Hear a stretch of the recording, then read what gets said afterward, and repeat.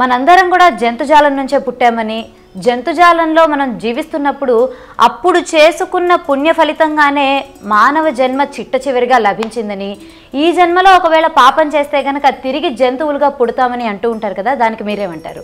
అనేక మంది అంటూ ఉంటారు మనందరం మొదటిగా జంతుజాలం కింద ఆవిర్భవించామని, 64 లక్షల జీవరాశిలో ఎన్నో ఉన్నాయని, క్రమక్రమంగా మనం మొదటిగా చీమగా, పురుగుగా అన్ని జన్మలు ఎత్తి ఎత్తి ఎత్తి వాటన్నిటిలో పుణ్యం సముపార్జించుకుంటే ఆ పుణ్యం అంతా అక్యుములేట్ అయ్యి చివరికి సర్వోత్కృష్టమైన మానవ జన్మ వచ్చిందని, మళ్ళీ ఈ మానవ జన్మని సరిగ్గా వినియోగించుకోకపోతే మళ్ళీ మనం జంతువులుగానే మళ్ళీ వెనక్కి వెళ్ళిపోతామని కూడా చాలామంది చెప్తూ ఉంటారు.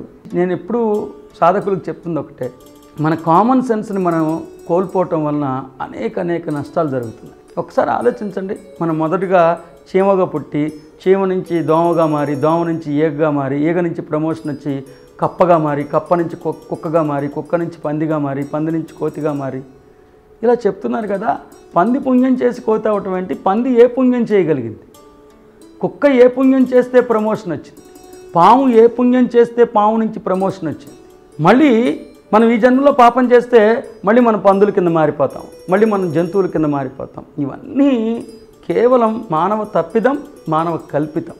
మనమైతే పందుల్లోంచి కుక్కల్లోంచి రాలేదు, మన నుంచి సృష్టి వచ్చింది కానీ సృష్టి నుంచి మనం రాల. మనం ఒక అద్భుతమైన దైవాలం, దైవంలోంచి సృష్టి వచ్చింది కానీ సృష్టిలోంచి దైవం రాలేదు.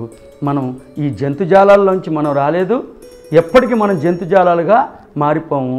మనం జన్మతహాగానే అద్భుతమైన దైవాలం, మన నుంచి సృష్టి వచ్చింది, మన నుంచి ఈ విశ్వం వచ్చింది. మనం ఈ విశ్వానికి, ఈ జంతుజాలానికి, ఈ వృక్షజాలానికి మనం సృష్టికర్తలం. మనం సృష్టించటం వలన అవన్నీ విరాజిల్లుతున్నాయి. ఎప్పుడు మనం జంతుజాలం నుంచి పుట్టుకురాలేదు, ఎప్పుడు మనం జంతుజాలం కింద మారిపోయే అవకాశమే లేదు.